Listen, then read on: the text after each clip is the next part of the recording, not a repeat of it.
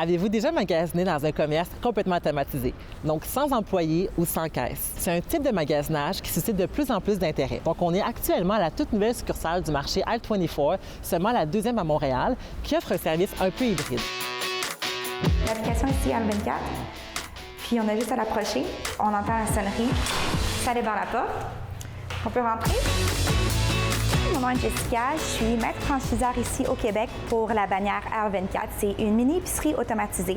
Donc, il n'y a jamais aucun employé ici. C'est ouvert 24 heures sur 24. On download l'application R24 pour avoir accès au magasin. C'est le futur, je pense que c'est normal. C'est la direction où on s'en va. C'est dur de trouver des employés qui veulent travailler, surtout dans les épiceries qui sont 24 heures. Et notre plan d'expansion, c'est environ 5 à 6 magasins par année. Donc, on va avoir un minimum de 25 d'ici 5 ans. Les quincailleries du Québec nous ont approchés pour savoir si on pensait que ça serait viable pour eux. Ça dépend vraiment de la grosseur puis des articles que tu vends. Tu vois, les articles qu'on vend ici, nous, je pense que le plus cher, c'est 45 $. Et si on pourrait, d'ici 5 ans, avoir un peu d'évolution au niveau de la technologie, de qu'est-ce qu'on peut faire en magasin, incluant peut-être pouvoir vendre des belles bières de microbrasserie et des produits d'alcool locaux.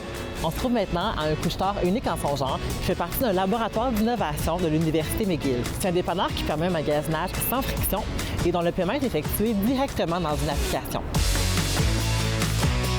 On peut dire que c'est un magasin sans friction. On n'a pas besoin de passer à la caisse. Les caméras nous suivent la trajectoire du consommateur durant leur magasinage. Ça fait peut-être 16 caméras au plafond. Et sur chaque étagère, on a au moins 2 caméras. Ces caméras sont assez puissantes et assez performantes d'enregistrer les données. Quel sac de croustilles j'ai pris. C'est la technologie de vision qui nous aide à non seulement identifier le produit, mais aussi ça nous aide à identifier la démographie du client. Donc, il y a beaucoup de possibilités d'utiliser ce type de technologie dans les autres secteurs.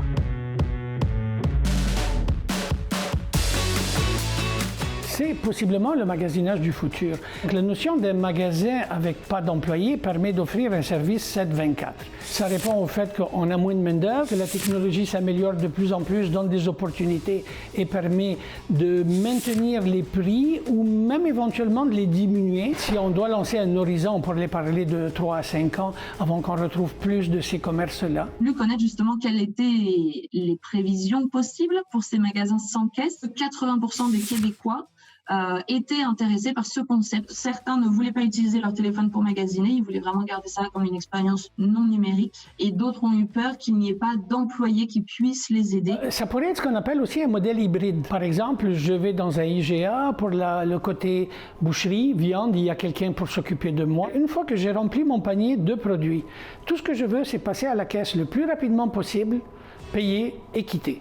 Je pense qu'il y a d'autres postes dans lesquels on va pouvoir replacer ces caissiers-là. Ils vont faire autre chose qui va avoir de la valeur ajoutée.